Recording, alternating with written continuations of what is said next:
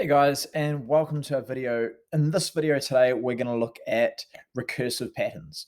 So recursive patterns are a little bit different to our normal patterns. Normal patterns, we just look at it and go, okay, they're going up in fives. Recursive patterns are when we have a rule, okay? And this rule tells us if we start off with any number, so this is our position number, our P, we start off with any number, we can figure out exactly what our number sequence is going to look like. So the way this is used is if you are looking at a pattern and there's a whole lot of different patterns you could look at the number of tries someone's going to score, the number of goals, you could look at the amount of food you're going to need, all sorts of stuff, but allows you to predict things are going to happen in the future and how much of that thing is going to happen. So if we look at our first problem, what I'm going to do is I'm going to show you how to figure out the rule, and then you can use the rule to figure out the mystery number at the end that you don't know what the value of n is for, and that will then give you the answer. So for example, if we had a dinner party and we had 20 people coming, this is going to tell us how many potatoes that we need to buy. And yes, one person is going to have 6 potatoes. They are very hungry. So the first step we do is I like to draw these little arrows in between numbers, and these little arrows tell me how much the number has increased from one person to the next. So in this case, it has gone up by 5 each time.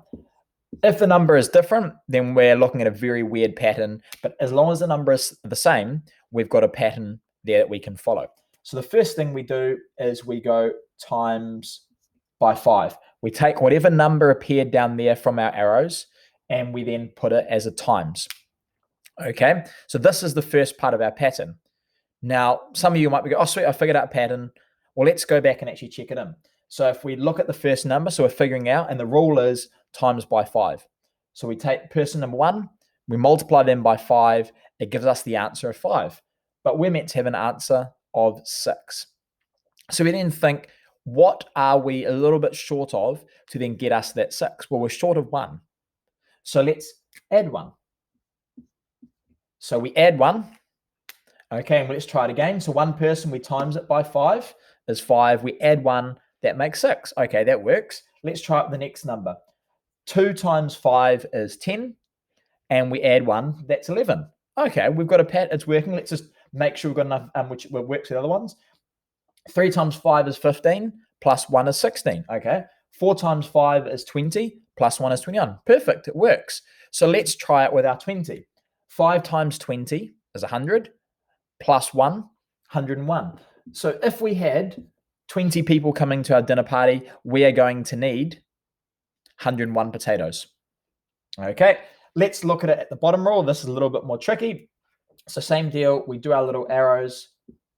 Okay, and this is going up in tens. So it's going to be times 10.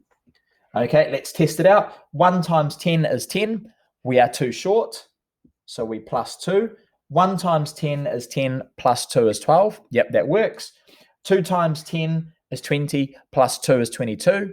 Yep, I'll just fix that. Times. Okay, 3 times 10 is 30, plus 2 is 32. Spot on. 4 times 10 is 40, plus 2 is 42. Perfect, it's working. So these guys are really hungry. They're eating a lot of potatoes. Okay, let's jump to the end one. We're going to figure out 20.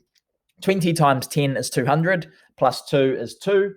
So our answer is 202. So that is how we go about figuring out recursive patterns. We see the increase from one number to the next. That is our multiplication. We then test our rule and find out what we're still short of. And we then add that as a plus or a minus at the end. And we then follow our pattern, make sure it's working. We then apply it to the 20th value. Thanks for watching, boys. Hope that helps.